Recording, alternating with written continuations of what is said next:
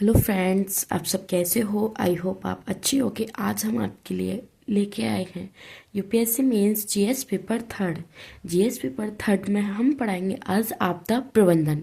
आपदा प्रबंधन मतलब डिजास्टर मैनेजमेंट। हम हमारा थर्ड टॉपिक है हमारा थर्ड, प्राकृतिक आपदाएं। मतलब हमारे भारत में प्राकृतिक आपदाएं क्या क्या है और हम किन किन कारणों से उनको देखते हैं, किस क्षेत्र में, उनके बारे में हम बात करते हैं। अब हम बात करते हैं अपने to the point. UPSC prelims plus mains दोनों के लिए मोस्ट इम्पोर्टेंट है, क्योंकि हमारे प्रीलिम्स में भी प्राकृतिक आपदाएं, भूकंप किस कारणों से होते हैं, भूस्खलन के बारे में हमें देखने को मिलेंगे। इसलिए हमें टू दी पॉइंट अपना चैप्टर कवर करना है। अब हम बात करते हैं प्राकृतिक आपदाएं। पहला टॉपिक है हमारा भूकंप। भूकंप भूपर्वतीय पर आकस्मिक कंपन के कारण होता है। मतलब जो उसके ऊपर जो पर्वतियाँ होती हैं, कंपन के कारण होता है। कारण क्या? प्लेट की गतियाँ, प्लेटों की जो गतियाँ होती हैं, कौन किस किस तरीके से होती हैं। पहला अपसारी सीमा, अभिसारी सीमा एवं रूपांतर सीमा। इन तीन प्लेटों की गतियों के कारण भूकंप उत्पन्न होता है। अब हम बात करते हैं भारत में भूकंप। मतलब हमारे भारत में भूकंप कैसे आते हैं और किस लिए। भारत प्रमुख रूप से अल्पाइन हिमालय वोल्ट का हिस्सा है। मतलब हमारा जो भारत देश है वो अल्पाइन हिमालय वोल्ट का हिस्सा है। और भारतीय प्लेट और यूरेशियन प्लेट अविषण है। मतलब जो यूरेशियन प्लेट से टूटा हुआ है। सर्वाधिक भूकंप प्रभावित क्षेत्र, मतलब अधिक से अधिक भूकंप कहाँ देखने को मिलते हैं, जैसे जम्मू कश्मीर, हिमाचल प्रदेश, उत्तराखंड में। प्रायद्वीपीय पठार भूमि, भीम कृष्णा भ्रंश रेखा, सिक्किम, पश्चिम बंगाल ईटीसी आदि में हमें भारत के भूकंप देखने को मिलेंगे। अब हम बात करते हैं भारत में 5 भूकंपीय क्षेत्र जोन है। 5 क्षेत्र कौन कौन से हैं, हम आपके लिए टू द पॉइंट बताते हैं। अधिकतम क्षति जोखिम क्षेत्र, मतलब अधिक से अधिक भूकंप आते हैं, जैसे हिमालय क्षेत्र, उत्तर पूर्व भारत। उत्तर पूर्व भारत में हमें अधिक भूकंप देखने को मिलेंगे। भारत नेपाल सीमा, उत्तराखंड, जम्मू कश्मीर, हिमाचल प्रदेश, कश्मीर घाटी। अब हम भारत नेपाल मुख्य कारण क्या है? प्लेट विवर्तनिक सिद्धांत। विवर्तनिक सिद्धांत के कारण हमें भूकंप अधिक देखने को मिलते हैं। और कश्मीर में कच्छ जो गुजरात का है, 2001 में भूकंप के कारण उसमें काफ़ी क्षति देखने को मिली है। अधिक क्षति जोखिम क्षेत्र के नज़दीक का क्षेत्र कश्मीर, हिमाचल प्रदेश, पंजाब, हरियाणा, दिल्ली एवं पश्चिम यूपी, उत्तर बिहार। इनका कारण हिमालय क्षेत्र प्लेट विवर्तन के कारण अधिक क्षति देखने को मिली है हमारे नज़दीकी क्षेत्रों में। और थर्ड है हमारा माध्यम क्षति जोखिम क्षेत्र, मतलब जिनको न ज़्यादा नुकसान हुआ है न ज़्यादा हानि हुई है। जैसे मुख्य भारत प्रायद्वीपीय पठार के कुछ क्षेत्रों में पश्चिमी राजस्थान, जैसे कि पश्चिमी तट कारण भीमा कृष्णा भ्रंश रेखा के सहारे भूकंपीय गतिविधि के कारण जो मध्य क्षति जोखिम हमें देखने को मिला है। और भूकंप के कारण यहाँ पर अधिक से अधिक क्षति हुई है। हम बात करते हैं अपने नेक्स्ट 4 पॉइंट पर। निम्न क्षति जोखिम वाले क्षेत्र: पूर्वी राजस्थान, मध्य यूपी, प्रायद्वीपीय पठार का कुछ क्षेत्र, तमिलनाडु, उड़ीसा। इनमें हमें निम्न क्षति देखने को मिली है। अति निम्न जोखिम क्षेत्र दक्कन पठार, उड़ीसा, दक्षिण पूर्व राजस्थान, बुंदेलखंड क्षेत्र, स्वर्ण रेखा एवं महादेवी। यहाँ पे अति निम्न जोखिम रेखा मतलब ना के बराबर हमें बाढ़ भूकंप देखने को मिला है। फ्रेंड्स, मैंने आपके लिए यहाँ पे मैप दर्शाया है। आपको जब मीन्स आप आंसर राइटिंग करें तो आपके लिए मैप बनाना बहुत अनिवार्य है, जिससे आपका आंसर और भी अच्छा लगे। जो टॉपर्स होते हैं वो भी अपने मैप द्वारा ही अपना आंसर प्रदर्शित करते हैं। मतलब वो अपना पूरा इसी में ही सजा के लिखते हैं। और अब हम बात करते हैं अपने नक्शे के बारे में। हमने अपने भारत के नक्शे में टू द पॉइंट लिखा है क्या क्या है। और हमने ये भी बताया यहाँ पे बॉक्स में साइड में ये भी बताया कि फर्स्ट नंबर पे जोन, यहाँ पर भुजा 2001, उत्तराकोशीय 1999 में, और कोइन 1962 में। फ्रेंड्स, मैंने आपको ये नोट्स, ये मैं थोड़ा ऐसे ही बनाया पेंसिल से, आप वो बुक में देख के अच्छे से नोट्स बना सकते हैं। इसमें मैंने थोड़ा इसमें क्लियर नहीं लिखा है, आप उसमें देख के अच्छे से अपना मैप बनाए, कहाँ पे अधिक भूस्खलन होता है, कहाँ पर सूखा और कहाँ पर ज़्यादा से ज़्यादा बाढ़ देखने को मिलती है। फ्रेंड्स, आपको मैप बनाना बहुत अनिवार्य है, तभी आपके लिए नंबर भी अच्छे आते हैं और आपकी जो आंसर है वो भी हमें अच्छा दिखता है। हम बात करते हैं भूकंप के प्रभाव। हम हमारे जो भारत में भूकंप आते हैं वो किन किन प्रभावों के कारण होते हैं, बात करते हैं। पहला है भूतल। भूतल दर्रों से भूस्खलन, भूगर्भिक जल स्रोतों में परिवर्तन, मतलब जल के स्रोतों में परिवर्तन होता है तब हमें भूकंप देखने को मिलता है। मानव जीव जंतु, मतलब मानव और जीव जंतु, हम तीनों के द्वारा भूकंप की को प्रभावित होते हैं। आधारभूत ढांचे को नुकसान, मानव व जीवों को क्षति, परिवहन संचार संकट, सामाजिक संस्कृति विरासत नष्ट, मतलब मानव जीव जंतु द्वारा इन आधारों को, मानव जीवों को और परिवहन संचार को और विरासत को नुकसान पहुंचता है, जिससे भूकंप के प्रभाव और अधिक बढ़ जाते हैं। जल, अब हम बात करते हैं थर्ड पॉइंट पे, सुनामी, बांध टूटना, लहरें, इनके कारण भूकंप प्रभावित होते हैं। अब हम बात करते हैं भूकंप न्यूनीकरण व प्रबंधन, एनडीएमए की दिशा निर्देश। नई टू द पॉइंट आपके लिए मैंने नोट्स प्रिपेयर किए। फ्रेंड्स, प्लीज़ वीडियो को ज़्यादा से ज़्यादा लाइक करना, शेयर करना और कमेंट सेक्शन में आप ये भी बताना कि वीडियो आपके लिए कितनी हेल्पफुल होती है। अब हम अपने पहले पॉइंट पर बात करेंगे, नई संरचनाओं का भूकंप रोधी निर्माण, भारत की राष्ट्रीय भवन निर्माण सहित, मतलब जो हमने संरचनाओं को भूकंप रोधी निर्माण किया है उसमें भारत के राष्ट्रीय भवन को भी निर्माण सहित लेके किया है। सेकंड पॉइंट, मौजूद प्राथमिक प्राप्त संरचनाओं व जीवन रेखा संरचनाओं का चयन, भूकंपीय सुदृढ़ीकरण व रेट्रोफिटिंग्स। थर्ड पॉइंट, विनियमन व प्रवर्तन, भवन निर्माण संहिता व अन्य सुरक्षा संहिताओं का सही क्रियान्वयन, जन जागरूकता व मॉक ड्रिल, क्षमता विकास, शैक्षणिक व प्रशिक्षण आदि, आपातकालीन अनुक्रिया। ये हमारे कुछ एनडीएमए के दिशा निर्देश हैं जो मैंने आपके लिए टू द पॉइंट किए हैं। अब हम बात करते हैं सेकंड, भूकंप नियंत्रण केंद्र की स्थापना। भूकंप नियंत्रण केंद्र की स्थापना कैसे कर सकते हैं उनके बारे में बात करते हैं। थर्ड, प्लेट हलचलों का विवर्तन, प्रौद्योगिकी द्वारा रियल टाइम निगरानी। किन किन द्वारा निगरानी रख सकते हैं, जैसे जीपीएस, सेंसर, सुपर कंप्यूटर गणना के द्वारा हम रियल टाइम की निगरानी कर सकते हैं। अब हम बात करते हैं भूकंप संभावित सुबोध मानचित्र।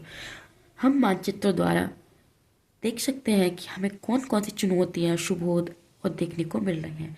अब हम बात करते हैं चुनौतियों को पहला कारण है जन जागरूकता में कमी, प्रशिक्षण अभाव, विभिन्न हितधारकों के मध्य समन्वय अभाव, खराब अनुक्रिया, पर्याप्त तैयारी अभाव एवं भूकंप सहित कानूनों का अपर्याप्त प्रवर्तन। ये कुछ हमारी चुनौतियां हैं जो हम अपने मानचित्र के द्वारा दर्शा सकते हैं। अब हम बात करते हैं सुनामी। जापानी शब्द ट्यूस्ट नेम, बंदरगाह लहर। सुनामी किस कारण होती है और किस वजह से, हम आपके लिए टू द पॉइंट बताते हैं। भूकंप व ज्वालामुखी महासागरीय धरातल अचानक ऊर्ध्वाधर ऊंची तरंग पैदा करती है, मतलब जो धरातल भूकंप और ज्वालामुखी जो महासागर में होते हैं अचानक ही ऊर्ध्वाधर गति तरंग करते हैं, मतलब ऊंची ऊंची तरंगे उठाते हैं, उससे हमें भूकंप देखने को मिलता, सुनामी देखने को मिलती है। महासागर जल तरंगों की गति की गहराई पर निर्भर होता है, मतलब जो महासागरों में जो तरंगे की गति होती है उसकी गहराइयों पर निर्भर करता है, वो कितनी ऊंची उठती है कितनी नीचे गिरती है। उथले सागर में अधिक गति, इसी कारण सुनामी तटों पर अधिक नुकसान पहुंचते हैं।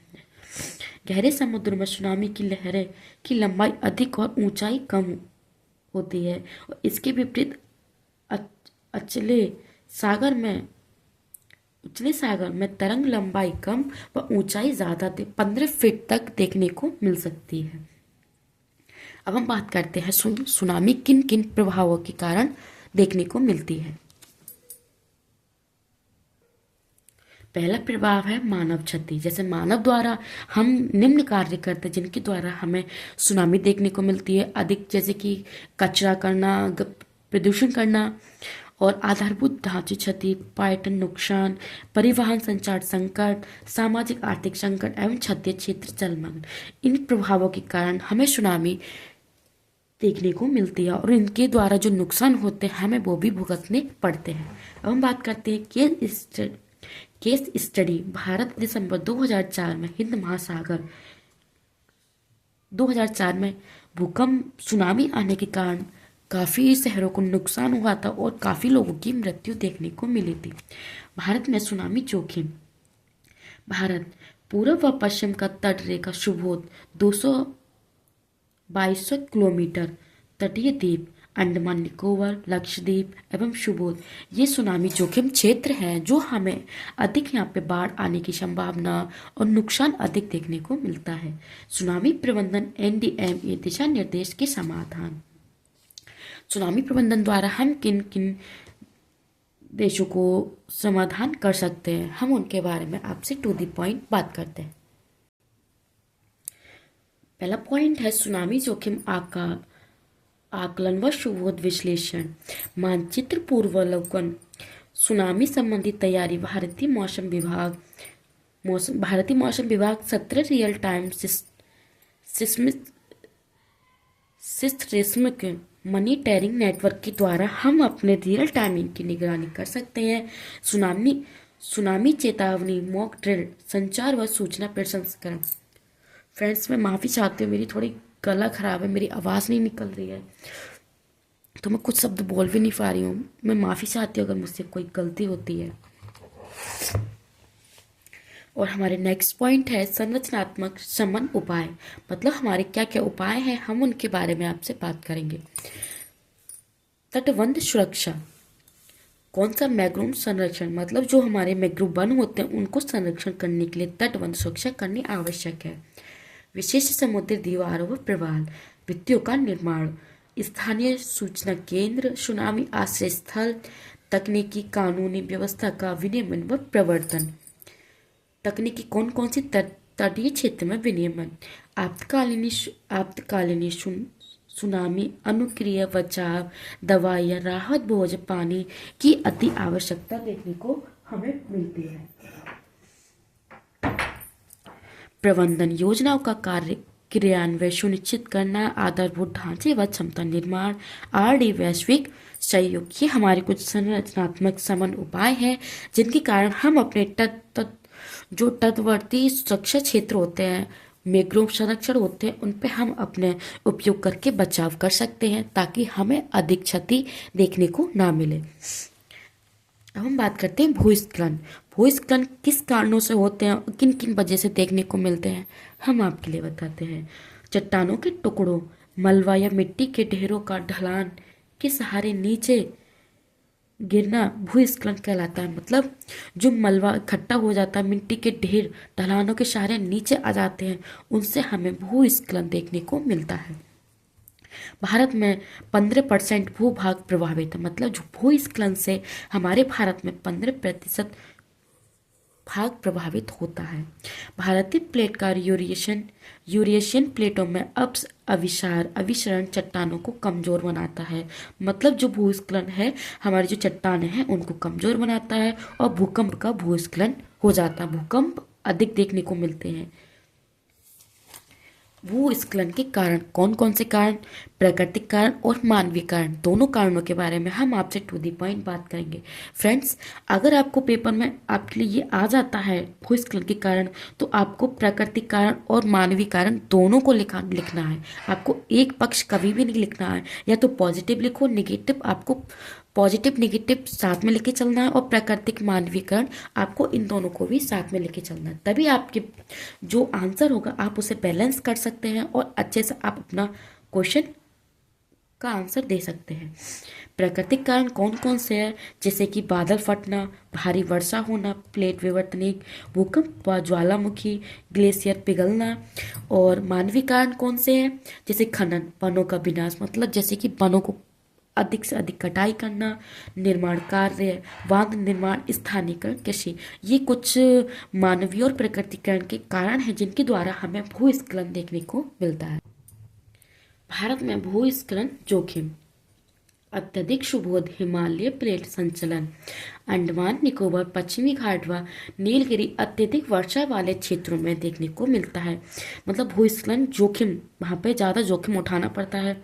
उत्तर पूर्व खाड़ी पहाड़ी ढलानों में, भूकंप प्रभावित क्षेत्रों में और अधिक सुबोधित क्षेत्र, अत्यधिक क्षेत्रों के पास स्थित आसाम के मैदानी इलाके छोड़कर हिमालयी राज्यों में भूस्खलन की जो प्रक्रिया हमें अधिक देखने को मिलती है, उससे नुकसान भी बहुत होते हैं, जिससे उन्हें परेशानी भी अधिक झेलनी पड़ती है। माध्यम और कम सुबोध क्षेत्र: लद्दाख और अरावली। लद्दाख और अरावली में माध्यम के भूस्खलन देखने को मिलेंगे। पश्चिमी व पूर्वी घाट, दक्कन पठार आदि के वृद्धि छाया प्रदेशों में देखने को मिलते हैं और मध्य व दक्षिण पूर्वी भारत के खनन क्षेत्रों में हमें भूस्खलन की माध्यम कम सुबोध में देखने को मिलता है। अन्य क्षेत्र जैसे राजस्थान, हरियाणा, बिहार, आसाम आदि में देखने को मिलेंगे। भूस्खलन जोखिम न्यूनीकरण एनडीएमए दिशा निर्देश। भूस्खलन जोखिम मानचित्र, क्षेत्र विशिष्ट उपाय, वनरोपण व मोड़ बांधे, स्थानीयकरण, कृषि की जगह सीढ़ीदार खेती, पहाड़ी ढलानों व रेटिंग वॉल्स, उच्च भूस्खलन सुबोध क्षेत्र में निर्माण कार्य पर प्रतिबंध और चट्टानों की रियल टाइम निगरानी, सेंसर, जीपीएस टैगिंग आदि द्वारा होता है। मतलब जहाँ पर ढलाने की जगह होती है, वहाँ पर सीढ़ी ढलान वाली कृषि होती है, वहाँ पर हमें डोर, जैसे कि ये हमारी सीधी मिट्टी है, मतलब जमीन है, उस पर हम मोड़ बनाकर उन जगहों पर पेड़ बनाकर खेती करते हैं, जिससे हमें भूस्खलन की समस्या कम देखने को मिलती है। फ्रेंड्स, आप सभी को नोट्स कैसे लगे कमेंट सेक्शन में बताना, एंड वीडियो को ज़्यादा से ज़्यादा लाइक करना, शेयर करना एंड सब्सक्राइब करना ना भूलें। फ्रेंड्स, मैंने आपकी जीएस पेपर 3 के ऑल सिलेबस मैंने अपने चैनल की प्लेलिस्ट में अपलोड कर दिया है, आप जाके देख सकते हैं। मैं आपको एक बार दिखा देती हूँ ताकि आप अच्छे से बना सके। और आपको जब आप पेपर देने जाएं तो आपको मैपिंग द्वारा ही क्वेश्चन आपको करना है।